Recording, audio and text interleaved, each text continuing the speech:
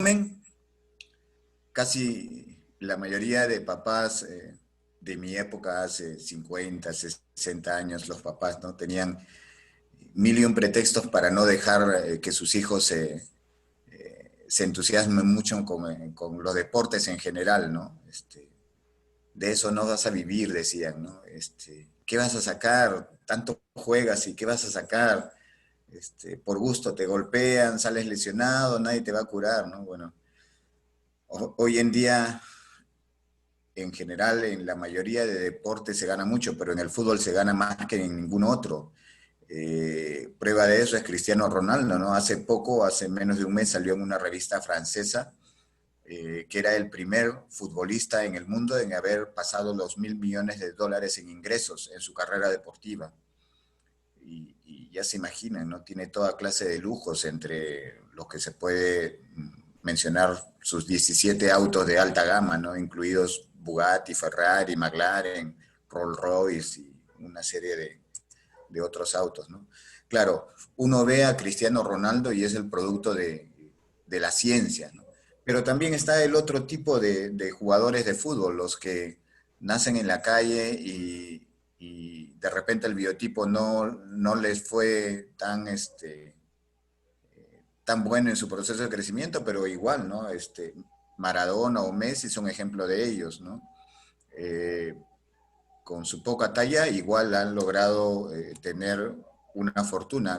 La casa de arriba es la de Ronaldo y la de abajo, que parece un campo de fútbol con una especie de pelota en el centro, ese es el búnker de Messi. La mitad del campo es una piscina y la otra mitad el jardín. Y lo de en medio es su casa. Así viven estos patas, ¿no? En el Perú encontramos, por ejemplo, a Jefferson Farfán, que hace un par de años, cuando jugaba en Emiratos Árabes, llegó a ganar más de $1 millón en- por temporada. ¿Se imaginan eso? Lo podemos ir dividiendo y cuánto ganaba por semana, cuánto ganaba por día, ¿no? Una barbaridad de plata. Igual podríamos hablar de Paolo Guerrero, y que al igual que Jefferson, a pesar de su edad, se mantiene todavía en alto nivel competitivo. Eh, Ustedes son profesionales en deportes, son entrenadores, preparadores físicos. En el Perú es uno de los pocos países donde no se ha podido mejorar el biotipo en general. Y lo digo en términos generales, en promedio. Miren, el país con mejor biotipo hoy en el mundo, esto es lo último en estadística, fue elaborado por la Organización Mundial de la Salud en el año 2014, publicado en el 2015. El país con mejor biotipo en el mundo hoy, condición hombres, se encuentra en Holanda, 182,5 centímetros.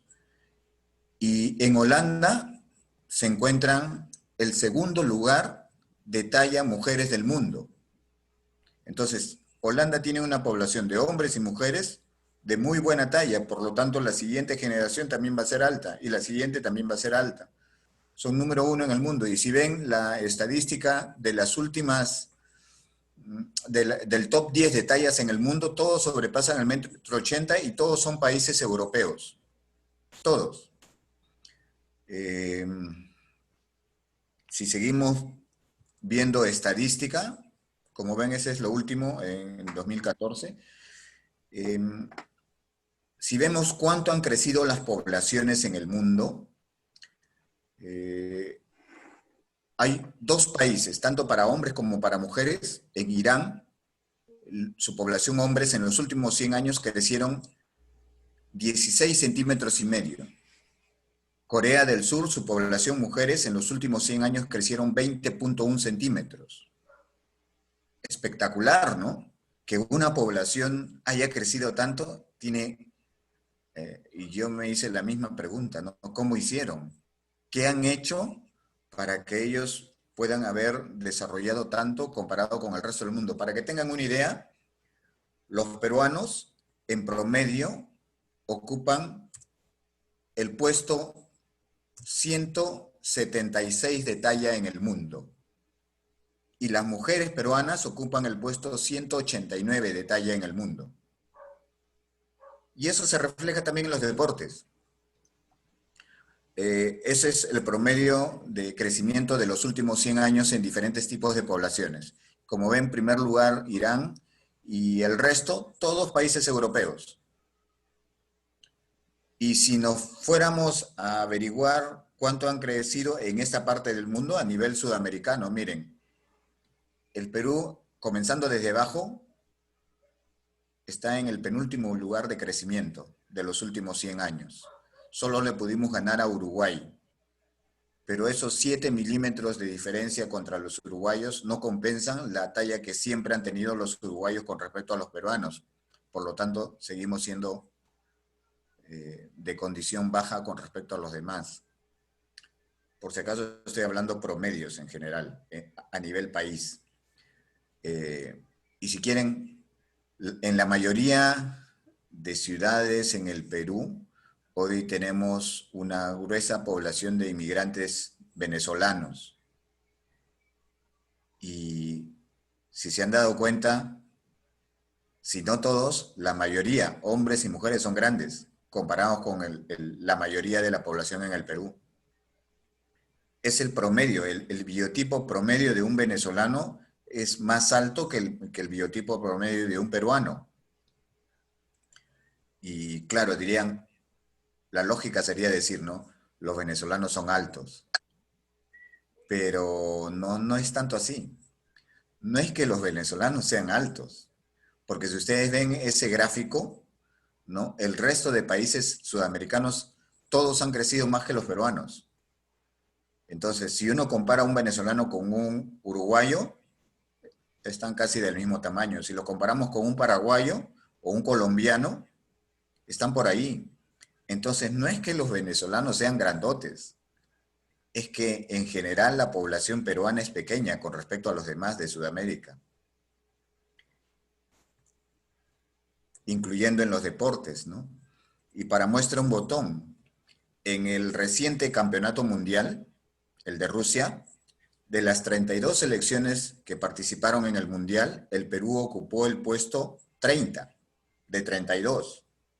Y ojo, nos salvó Paolo Guerrero, porque si no lo hubieran absuelto del castigo, Paolo no hubiera colaborado con su 1,85 m a mejorar unos milímetros el biotipo. Con esos milímetros que mejoró Paolo Guerrero al ingresar al grupo, pudimos ganarle a Japón y a Arabia Saudita, si no hubiéramos sido últimos. Y para nuestra mala suerte jugamos contra Dinamarca con un promedio de 1,85 m, pero tenían un arquero de 2 metros y dos backs centrales de 1,95 m. Y no jugó Paolo, así que jugó Ruiz Díaz. Así que ya se imaginan cómo se sentía Ruiz Díaz frente a dos backs de 1,95 m, ¿no?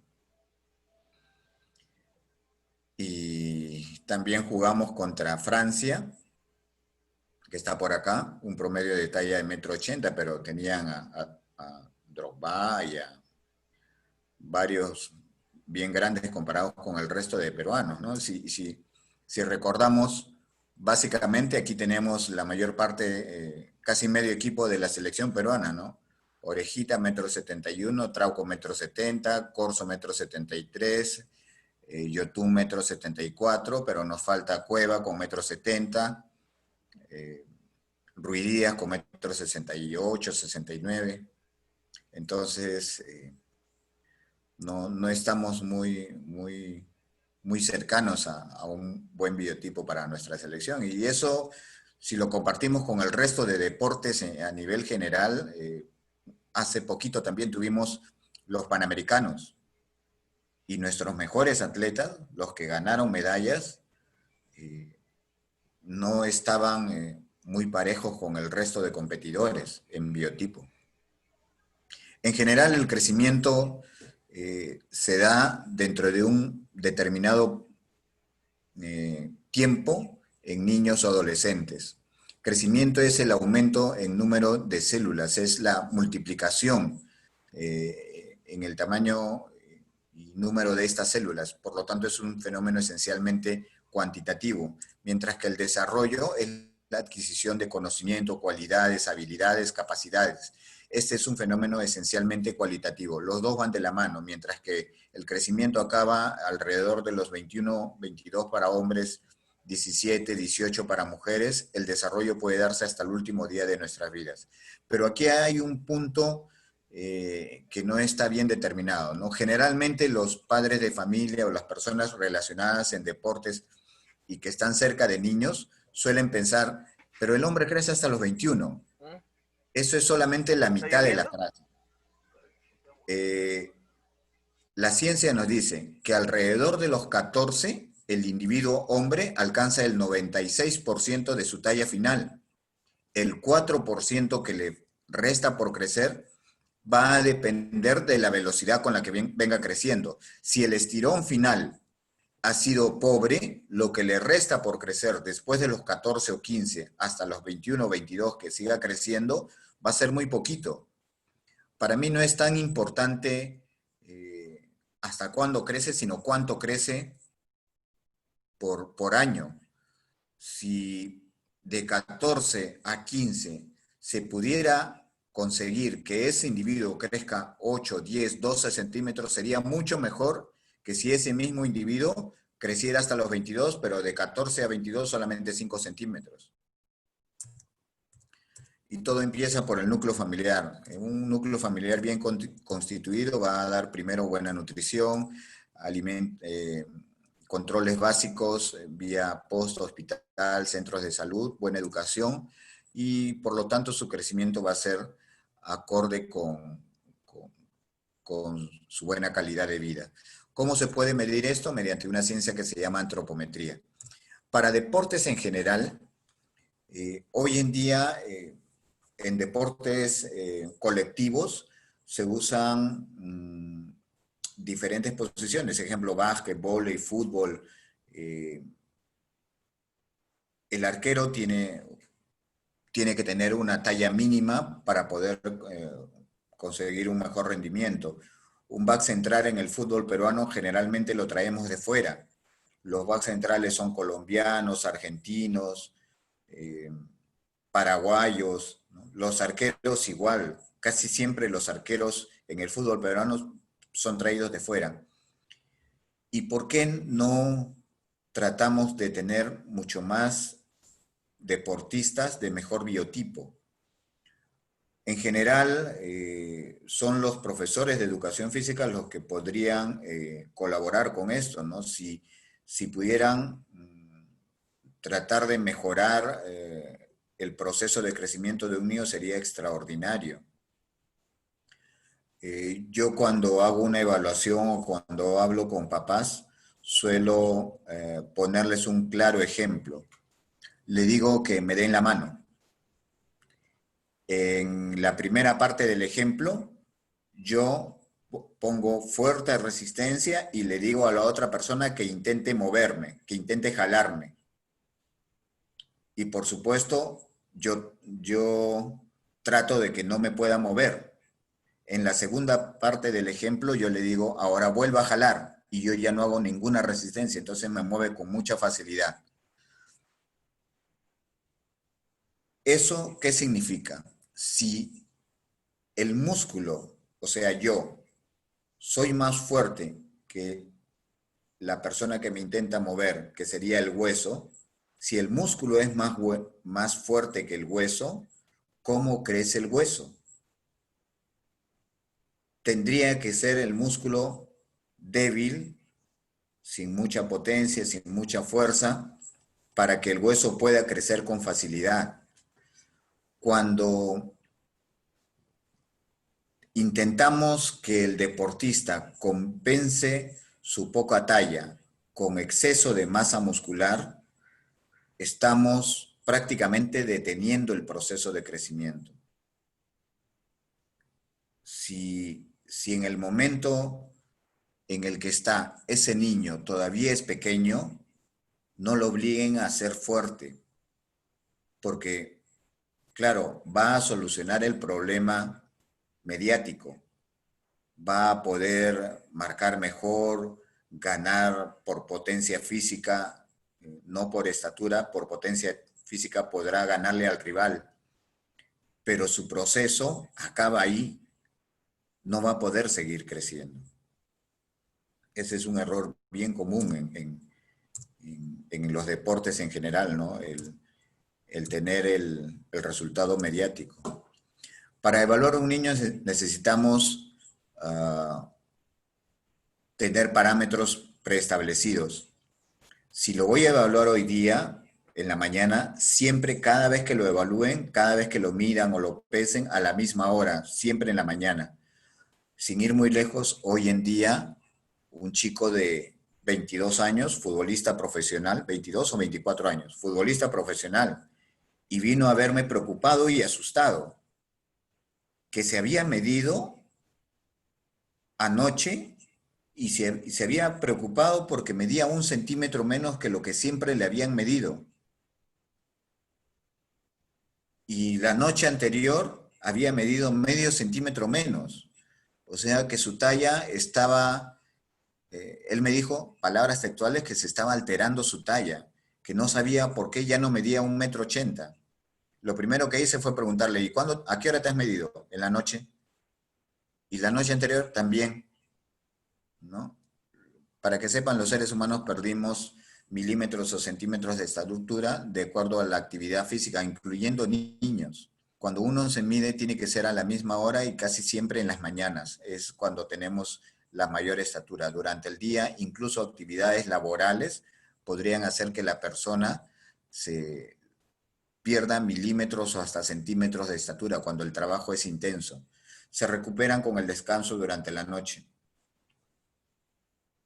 Entonces, para medir un niño, siempre en las mañanas, tanto de peso como de talla. Y luego los resultados, compararlo con patrones estándares que provengan de niños sanos, normales, ¿no? Si ese niño me reporta una talla por debajo de lo que indica un patrón de crecimiento normal, hay que hablar con los papás, tratar de revertir, corregir, averiguar qué es lo que está sucediendo, por qué ese niño no crece con la misma velocidad que los demás. Algo está haciendo mal. Les cuento que yo tengo más de 25 años haciendo evaluaciones y tratando de mejorar biotipos, ¿no?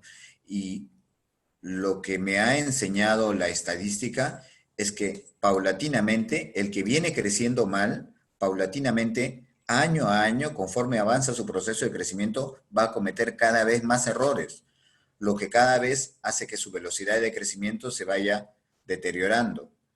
Si empezó mal, termina peor, si es que no se corrige a tiempo.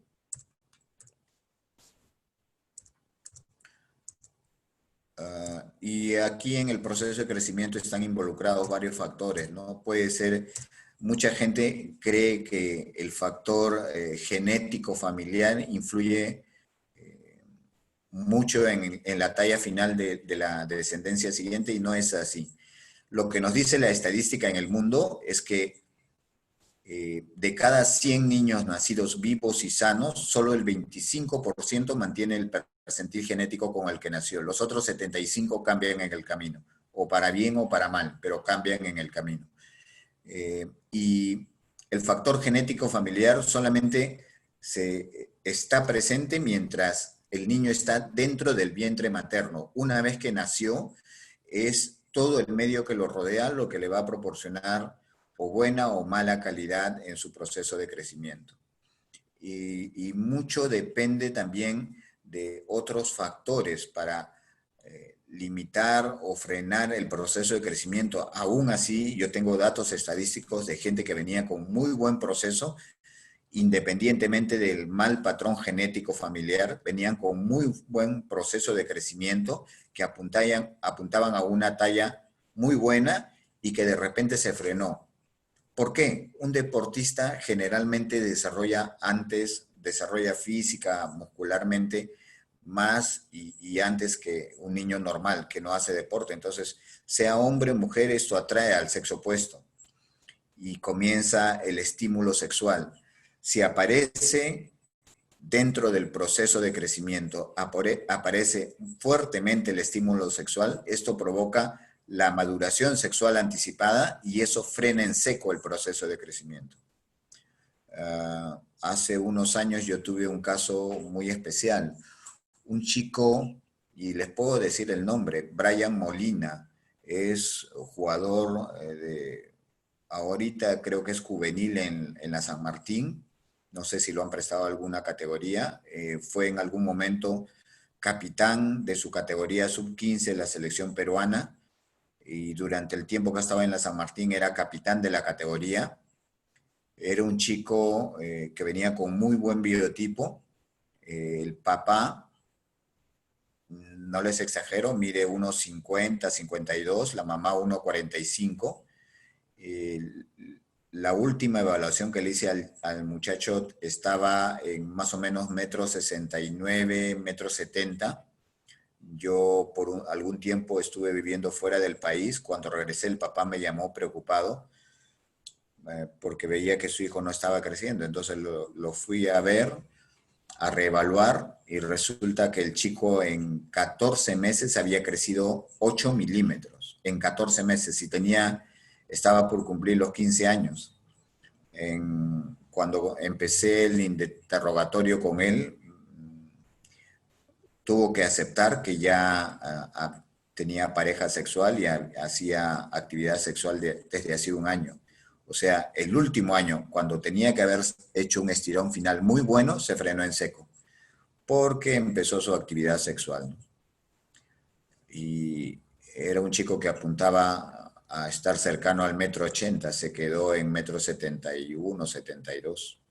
Igual sigue siendo jugador de fútbol, ahora ya profesional, pero pudo haber sido mejor su talla final.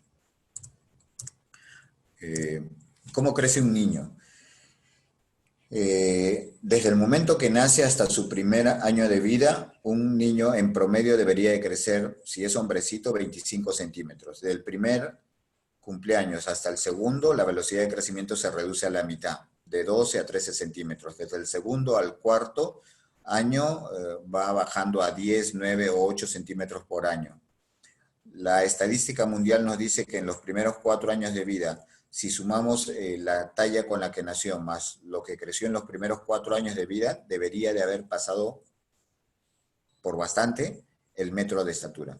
Si no lo pasó en los primeros 4 años de vida, tiene problemas. Su proceso de crecimiento no es el adecuado. Desde los 4 hasta los 12, la velocidad de crecimiento de un hombrecito oscila entre 6 o 7 centímetros por año en promedio. Dice la Organización Mundial de la Salud que nunca, en ningún caso, desde los 4 hasta los 12, nunca un niño debe de estar por debajo o sobre los 4 centímetros de velocidad de crecimiento anual. Si sucede eso, su proceso es inadecuado y tiene que ser confrontado, evaluado en algún centro de salud porque su proceso no es normal. Recuerden, 4 o menos de 4 centímetros de crecimiento por año, problemas de salud. Y la etapa del estirón, se los dije empezando, es más o menos alrededor de los 14 años para los hombres, alrededor de los 12 para las mujeres.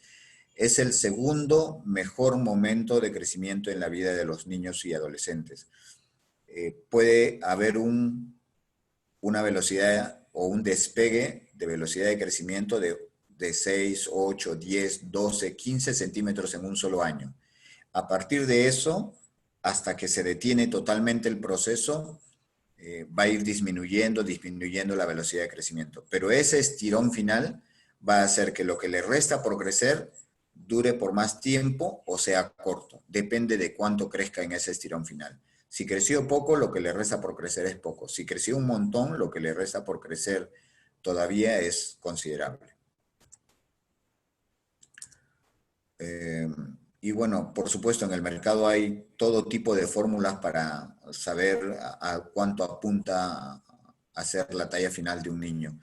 Y existen datos y índices tablas de uso público a nivel de todo el mundo, donde se puede controlar a dónde está apuntando o cuál va a ser la talla final de ese niño. Ejemplo, si tengo un chico que le gusta ser arquero, tiene condiciones para ser arquero, ¿no? Pero si yo no sé cuál es su talla final y de repente su talla final va a ser de 1,70 m, entonces o, o se cambia de puesto, si es que realmente quiere ser arquero o deportista, va a tener que jugar en otro puesto, o bien intento mejorar la velocidad con la que viene creciendo para que su talla final sea lo más cercana a una talla competitiva para el fútbol en la posición de arquero. Aquí tenemos un ejemplo, ¿no? Estos son niños de 14.1 años. Si mide 1,50 a los 14 años, significa que su talla final va a estar cercana al 1,65 m, o sea, condición talla baja. Si mide 1,56 m, su talla final estará cercana al 1,70 m, también talla baja. Para ser competitivo en algún deporte, debería a los 14 años haber llegado al 1,65 m. En esa condición, su talla final podría estar en alrededor del 1,77 m. Pero ojo, no se confíen. Yo hacía eso en mis pininos cuando recién empezaba a hacer las evaluaciones, ¿no? Pensaba que ahí terminaba el proceso. Pero si no se tiene el hábito de evaluarlo por lo menos una vez al año a ese niño, no se va a poder determinar si su crecimiento es el adecuado o no año a año. Tengan la paciencia, por lo menos una vez al año medirlo y corroborar cuánto ha crecido durante ese año. Recuerden, siempre por encima de los 4 centímetros, nunca por debajo de 4. En otro ejemplo, tenemos niños de 8 años. Si a los 8 años mide 1,18 m, tendrá una talla muy baja, o sea, de 1,65 m. Tendría que tener 1,24 m, 1,24 m a los 8 para que esté cercano al 1,72 m de talla final. O 1,27 m para tener una talla final de 1,77 m. 1,27 m a los 8 años. ¿Cómo podemos fomentar la velocidad de crecimiento? Básicamente, dice la ciencia que el mejor alimento para los seres humanos hasta hoy no ha podido ser superado, se llama leche materna. Ninguna tecnología en el mundo ha podido fabricar un alimento tan bueno como la leche materna. Todos son parecidos, sustitutos, pero nadie ha podido reemplazar la calidad de nutrientes que tiene la leche materna. Es importante que este tipo de nutrición se dé durante los primeros meses de vida. De todos modos, eso no solamente lo va a servir para tener una buena nutrición a futuro, sino para que tenga un sistema inmunológico importante. Recordemos lo mal que lo están pasando las personas con deficiente sistema inmunológico. Y por otro lado, el maltrato de cualquier tipo en un niño atenta contra su proceso de crecimiento, contra su velocidad de crecimiento anual. Esto es importante, más aún si se trata de niños de menos de 5 años. Voy a tener que correr un poco porque seguramente ya están cansados.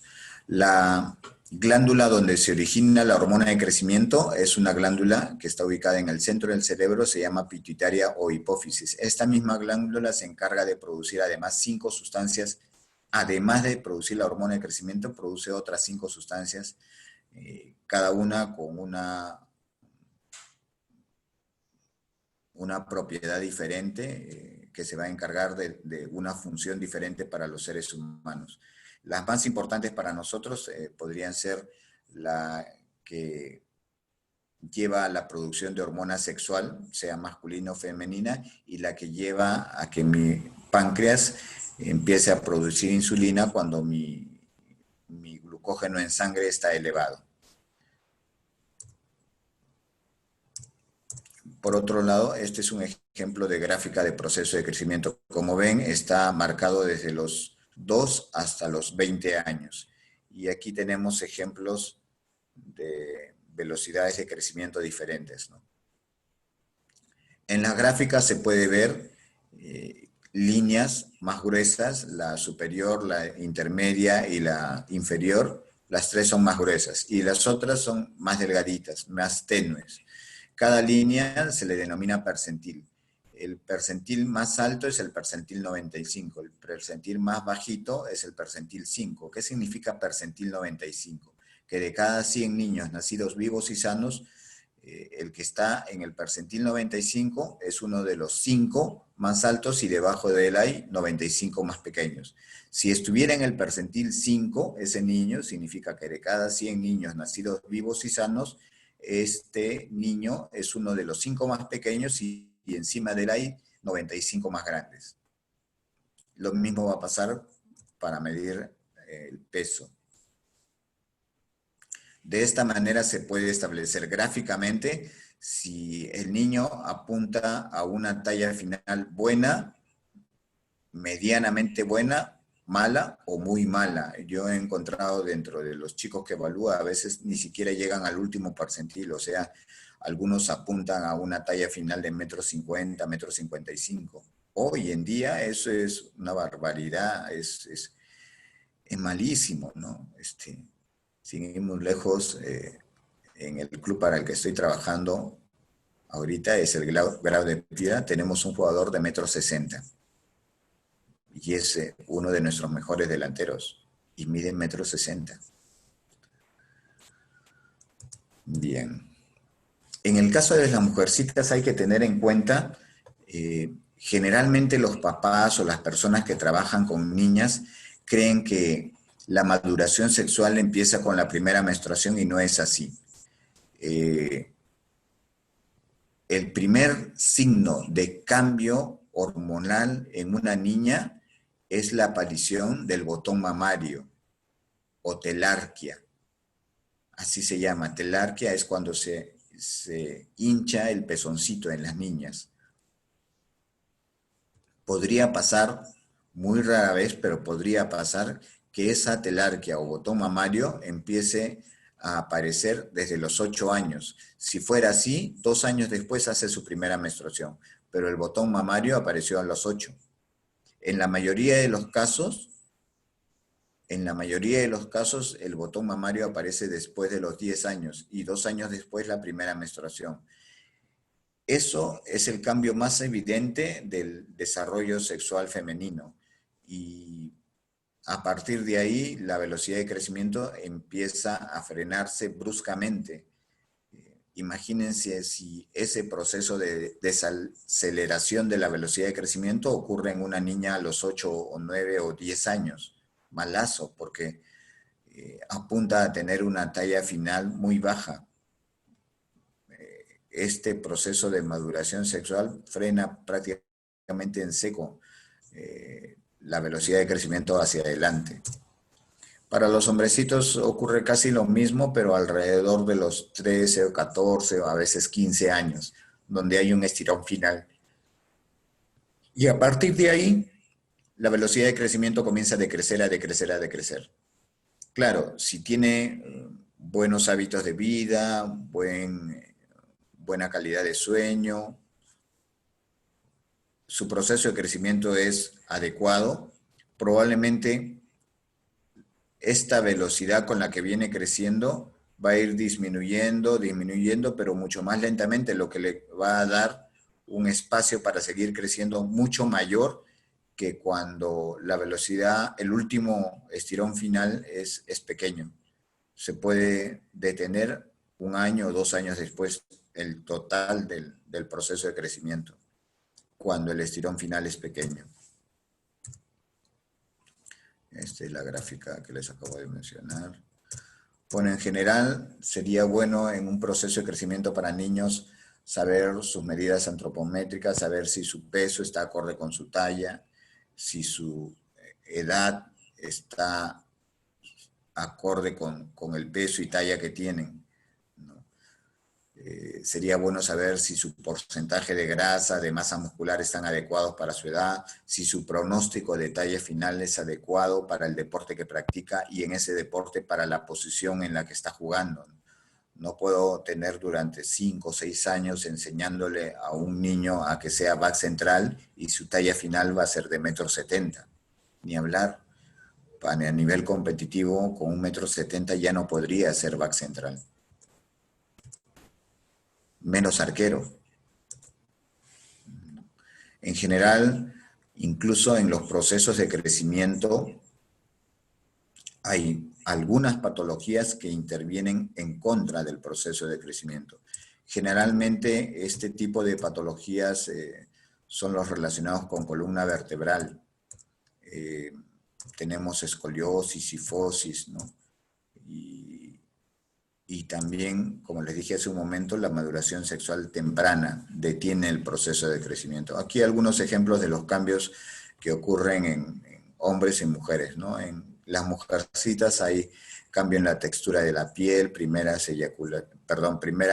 menstruación o menarquia, aparición de vello púbico, vello axilar, aparición de tejido graso predominantemente en mamas y en caderas, cambio en el tono de voz, en el caso de los hombres, ensanchamiento de espalda, se vuelve trapezoidal, aumento de masa muscular y de fuerza en extremidades superiores, crecimiento del pene y del escroto, también crecimiento de vello púbico, vello axilar, crecimiento de pelusilla facial, en algunos ya barba, también cambio en el tono de voz, cambio en el carácter en ambos, primeras eyaculaciones o poluciones nocturnas. Todos esos son cambios que indican que empezó el gran cambio, que empezó la maduración sexual y que por lo tanto el proceso de crecimiento le falta poco para detenerse. Y aquí algunos ejemplos parecen dibujados, pero son reales, ¿no? Las fotografías de arriba son reales, ¿no? Malos procesos de crecimiento de columna que conllevan a deformidades, ¿no? Escoliosis, cifosis, jorobas. Y de todos modos, eso nos da una talla final por debajo de lo que sería su pronóstico inicial. Aquí está, vean lo pequeñita que es la glándula pituitaria o hipófisis. Es chiquitita, está sobre un hueso llamado etmoides que tiene la forma de una hamaca o de una silla, por eso a esta zona se le llama la silla turca. Y sentadita encima está esta especie de calabacita o zapallito en miniatura. Aquí se producen 6 funciones diferentes, ¿no? Una de ellas es la de producir la hormona de crecimiento y de las otras 5, la más importante es la hormona, la que a partir de esta glándula pituitaria empieza la producción de una sustancia que provoca la producción en el páncreas de insulina y también en hombres y mujeres la aparición de la hormona sexual. En general, para mejorar la velocidad de crecimiento de un niño o adolescente, número 1, mientras más pequeño, tiene que tener mayores horas de sueño. Hasta los 12 o 14 años deberían de dormir en promedio 10 horas continuas, y de preferencia de noche. Lo que la gente no sabe o pasa desapercibido o no quiere escuchar los consejos, ¿no? Dice, no, no importa que se duerma en la mañana o que duerma hasta el mediodía, porque como se ha acostado a la medianoche, hoy en día eso es súper común. Yo lo escucho a cada rato, donde voy, ¿no? Niños de 6, 8, 10, 12 años que están despiertos hoy, producto de la pandemia y producto de que no van a ir al colegio mañana, están despiertos hasta las 12 de la noche, 1 de la madrugada, 2 de la madrugada. Y claro, el niño, el adolescente y los papás creen que si duerme hasta el mediodía compensa lo que no durmió en la noche. Falso, señores. Porque dice la ciencia que el 80% de producción de hormona de crecimiento es nocturna. Durante el día solamente producimos el 20% de hormona de crecimiento. eso justifica el hecho de que cuando tienen una mala noche, así duerman hasta las 2 de la tarde, siempre se levantan cansados, deprimidos, molestos, malhumorados, sin ánimo de nada, porque lo que se produce de hormona de crecimiento es tan pequeño, tan poco, que no logra renovarlos, revitalizarlos, reconfortarlos, restablecerlos de todo lo que hicieron el día anterior. Eso solo ocurre cuando tienen calidad de sueño y cuando han dormido las 8 o 10 horas que deberían durante la noche. ¿De qué otra manera mejoramos la velocidad de crecimiento? Con una nutrición balanceada y adecuada, con ejercicios específicos para crecer. Generalmente los más recomendados son los que implican estiramiento extremo y con la previsión de estar atentos al aspecto emocional de un niño. Esto es importante en el proceso de crecimiento. Si ese niño es feliz, va a crecer bien. Lo que no va a ocurrir si tiene muchos motivos de deterioro de su estado emocional. Y una cosa a tener en cuenta, bueno, por el momento los niños están en casa, así que si se cansaron, si terminaron la parte de actividad física, es más fácil hoy en día que repongan lo que invirtieron como energía para realizar el deporte o la actividad de ejercicios. Están más cerca, están en casa, así que pueden recuperar todo lo que invirtieron. Pero en entrenamiento normal, básicamente hay que tener en cuenta dos aspectos. Número uno, tiene que estar siempre rehidratado, sobre todo cuando este tipo de actividad física es en el verano. Y número dos, lo que ingrese como alimento después de terminado el entrenamiento, mi consejo, que no sea azúcares. Que no sea azúcares. Mejor que sea proteína. Si es de buena calidad, espectacular. Y si no, lo mínimo de proteína. Un sándwich, por chiquito que sea, así sea con huevo revuelto, con huevo frito, con una rodaja de queso, eso es un buen alimento. Malo si lo que consume es un paquete de galletas, una torta, un chisito, no sé, cualquier golosina, malazo, porque eso ¿qué ocasiona? Que ese alimento, al ser degradado, eleve su contenido de glucosa en sangre.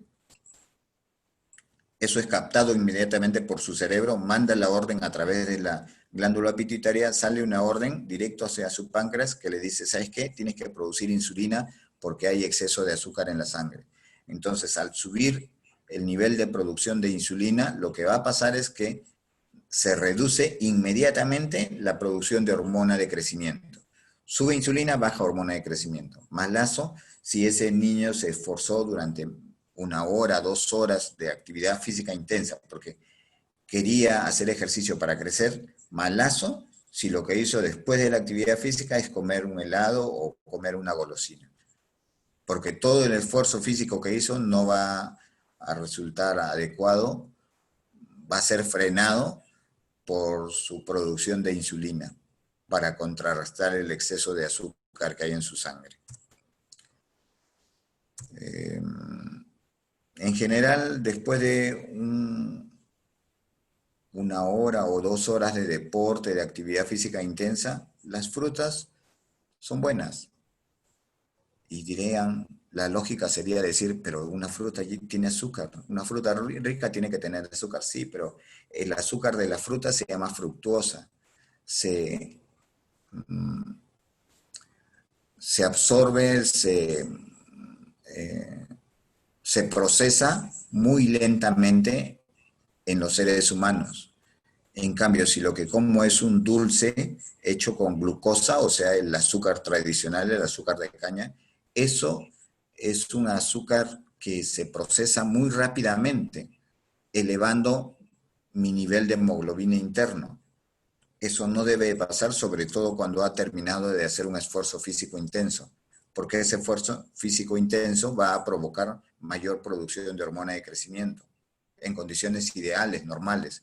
Pero si consumió mucha azúcar, ese proceso que estaba a punto de salir como consecuencia de la actividad física se detiene. Y lo que empieza a subir es la producción de insulina para contrarrestar la glucosa en sangre. Entonces, mucho esfuerzo para nada. Recuerden que si un niño está bien nutrido, podría tranquilamente soportar un FAO en condiciones normales, no pasaría nada. Malo si ese niño viene con un mal proceso de crecimiento, viene con huesos frágiles, ¿no? Que claro, por muy artero que sea el FAO, si ese hueso está bien constituido, va a poder soportarlo, pero si no está bien constituido, lo hace puré y probablemente no solamente perjudique su vida deportiva, sino su vida en general. En general, los alimentos buenos para el proceso de crecimiento son todas las carnes, el huevo, las menestras, la leche y sus derivados. Si ustedes ven, todo eso es proteína. Es básicamente lo más importante en el proceso de crecimiento de un niño, proteína. Mientras esa proteína sea de buena calidad, no se preocupe, porque ese niño va a tener excelente proceso de crecimiento. Malo cuando dentro del núcleo familiar, por ejemplo, la familia dice, no, aquí no se come pescado porque deja mal olor al departamento. No, a mi hijo no le gusta comer verduras. No, no puedo hacer menestras porque no les gusta. Y bueno, como no les gusta, yo no le obligo. Graso error, señores. Un niño, mientras esté dentro del núcleo familiar, tiene que acatar lo que se come, lo que se debe de comer, no lo que le gusta. Y este es un ejemplo de un plato saludable. Si vemos, está dividido en 3 grandes porciones. Una mitad que está recubierta con verduras. Las verduras aportan minerales, vitaminas y fibra vegetal. Una cuarta parte del plato está compuesta por carbohidrato, ejemplo, arroz, y la otra cuarta parte por la presa. En este caso, un pollo que aporta proteína, aporta hierro y aporta zinc. Eso sería un ejemplo de un plato saludable. Y hay algunos aminoácidos importantes, sobre todo en el proceso de crecimiento. Está demostrado científicamente, mientras más crece un niño, mayor cantidad de arginina hay en ese cuerpo de ese niño. Y bueno, aquí algunos ejemplos, ¿no? De un cuerpo atlético, bien marcado, y otro cuerpo todavía bien marcado a pesar de tener sus añitos.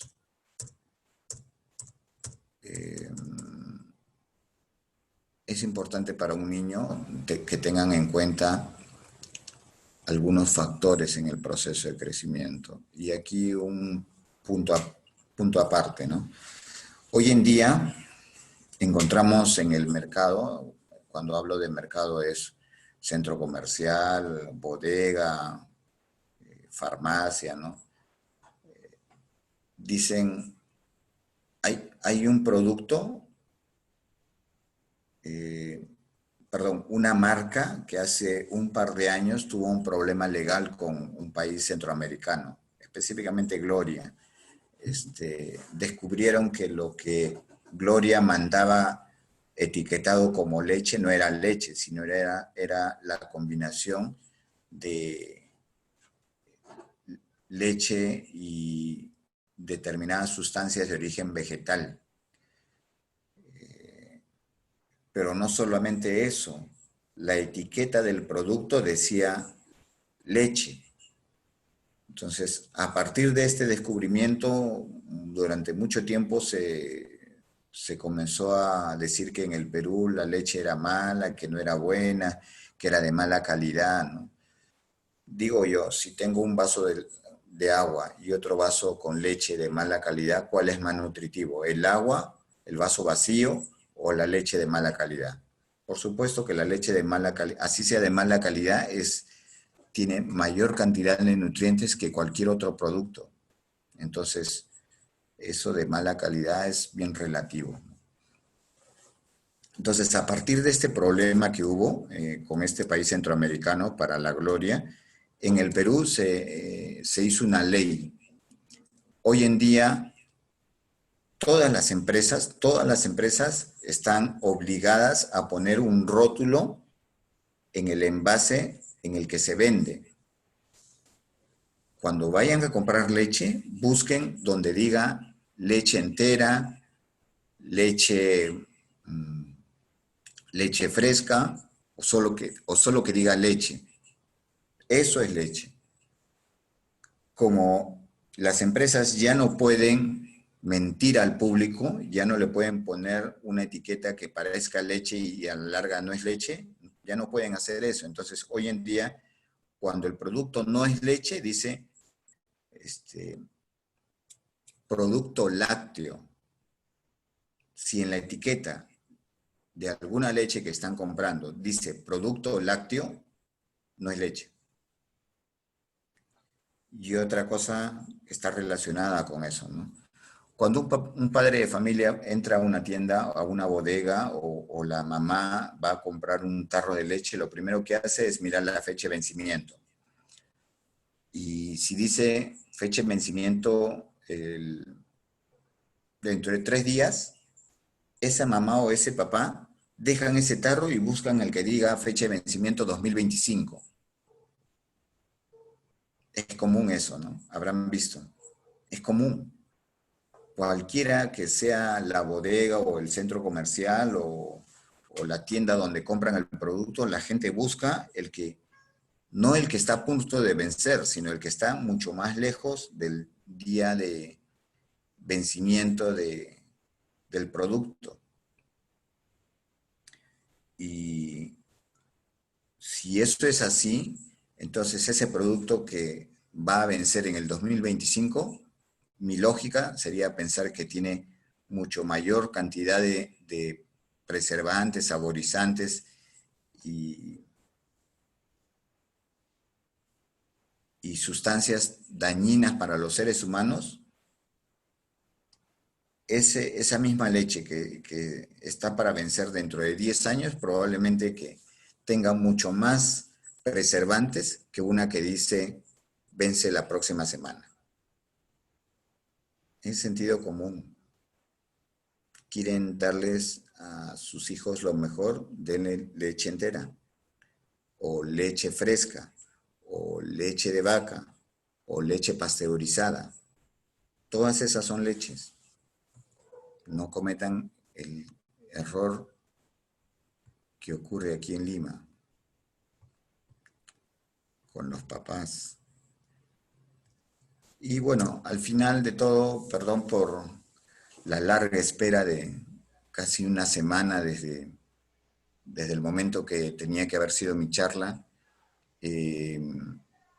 enseñen a sus pupilos a no darse por vencidos nunca. Hay que seguir luchando hasta el final. En la gráfica está un ave que pretendía comerse un sapito y al final, ¿quién está matando a quién?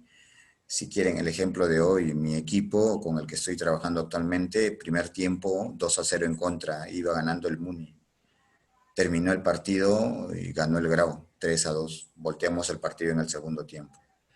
Exceso de confianza del otro equipo o los nuestros nunca se rindieron. Y enséñale a sus hijos que es importante pelear siempre, no para ganar todos los días, sino para luchar siempre, para el deporte o para la vida. Y como yo me veo y cómo me siento, bueno, eso es importante, ¿no? Pueden ser lindos gatitos, pero que su comportamiento en el deporte y para la vida sea con actitud de leones. Eso es importante inculcar a los chicos desde temprana edad. Porque si no creen en sí mismos, nadie va a creer en ellos. lo primero que tiene que pasar es que ellos confíen y crean que son buenos, que son mejores que los demás, que sean luchadores. Aquí tengo un ejemplo. Sí, sí, profe, se nota el gatito. Es un ingreído. Solo para figurar se ha puesto ahí. Cuando lo mencionó, Sí. Bueno, eh, gracias. Espero que esto les sirva y que tengan niños, adolescentes con una adecuada nutrición, que crezcan en un ambiente saludable para que producto de eso tengan el derecho a no solamente sobrevivir, sino que a ser física, emocional, intelectual, psicológicamente saludables, que sean emocionalmente seguros, mentalmente competitivos, socialmente competentes y capaces de aprender, que su proceso de crecimiento sea algo más que un proceso normal, que sea el mejor, ese es el objetivo. Gracias por su atención. Yo llegué así con carita feliz. Espero que los chicos con los que trabajan, y si son los suyos, mucho mejor, que tengan un mejor futuro, que se vean así de saludables. Espero que no los haya aburrido mucho y que después de haberme escuchado ustedes salgan así, de felices. Bueno, arriba Perú y gracias.